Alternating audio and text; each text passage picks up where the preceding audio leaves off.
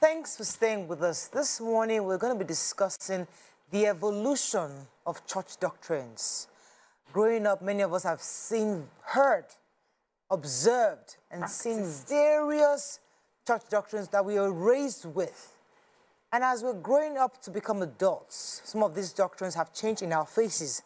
And we look back and reflect, what changed? Because they tell us the Bible is the same yesterday, today, and forever. So these doctrines that somewhat shaped us are now somewhat being have been evolved into something new. What am I referring to? I'm referring to the recent comments by Dr. Kumuyi of the Deeper Life Bible Church, where he was accusing some of the church workers of insisting that some ladies should tie their hair before coming into church. He was saying that some of those people may not be saved. You shouldn't insist on these things. Let them come in and fellowship with God, because that's the real objective. What are your thoughts on this new comments coming from especially Dr. Kumuyi, who many have seen that was a very, very strict conservative pastor?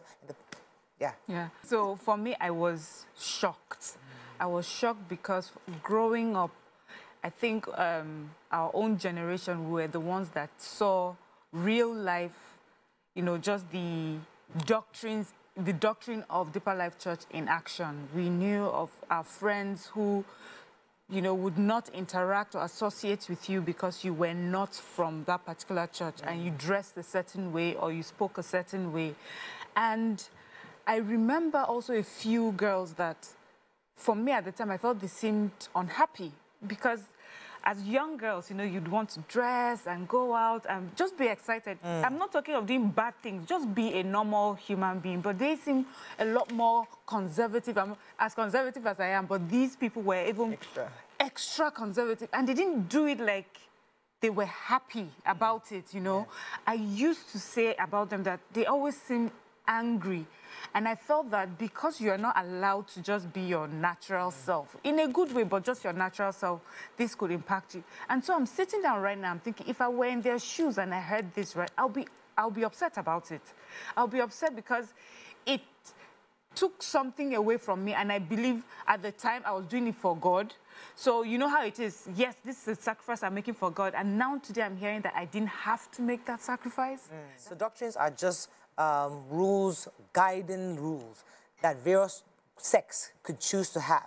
So, for example, in my church, for example, you have to wear, the pastors have to wear a suit. There's a dress code. You can't keep a beard. You know, you have to look a certain way. But we're also seeing in different churches across the world, pastors are wearing jeans and T-shirts, talking, you know, just wearing your regular slacks, and they're just really comfortable, and people communicate. So doctrines are they're not totally from the Bible, but they are just somebody coming together and saying, so this is a guide, this is a rule that guides this. So rules can change, and I think that's where the closure can come in, where even though you were one of those people, you can understand that these were doctrines. They were not like totally, I mean, that's just my own thing. These are just doctrines that could have changed. When you say closure, what about the lives that were ruined, marriages that separated because of these doctrines, which is Marian's point? You know, it's all right for you to say, oh, my eye don't clear, don't go by this rule again, go by this rule. How are you going to address the lives that you ruined in that process of discovering that your doctrine was not the right one? Okay, let me see if I can defend him, because in the article or the post by the blog that we read it, he said he was addressing the people. He said if somebody's coming to the church for the first time, you don't know whether that person has not even discovered God, and you're insisting on these rules. That if I were such a person, I wonder what kind of church I'm in. He was addressing his workers. So this is my point. It could be that, you know, these doctrines were more enforced by workers. Some people I don't want to use the word on the street, where they'll say, "Oti back, we remessing," or that kind of a thing. You do overdo it. You know, you take it out of proportion. These things, in my religion, we say that Islam is easy.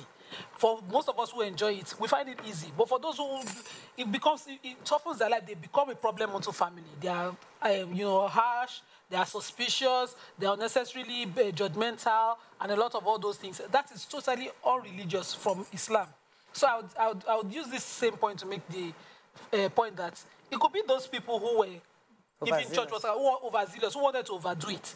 And, you know, before you knew it, it became the identity of the entire system, because he went for that, the one that, you know, Miriam will address that, you know, these coverings cause heat in the hair, make women have body odor, and all of those things. If he didn't believe in it, it could be his workers overdoing their work.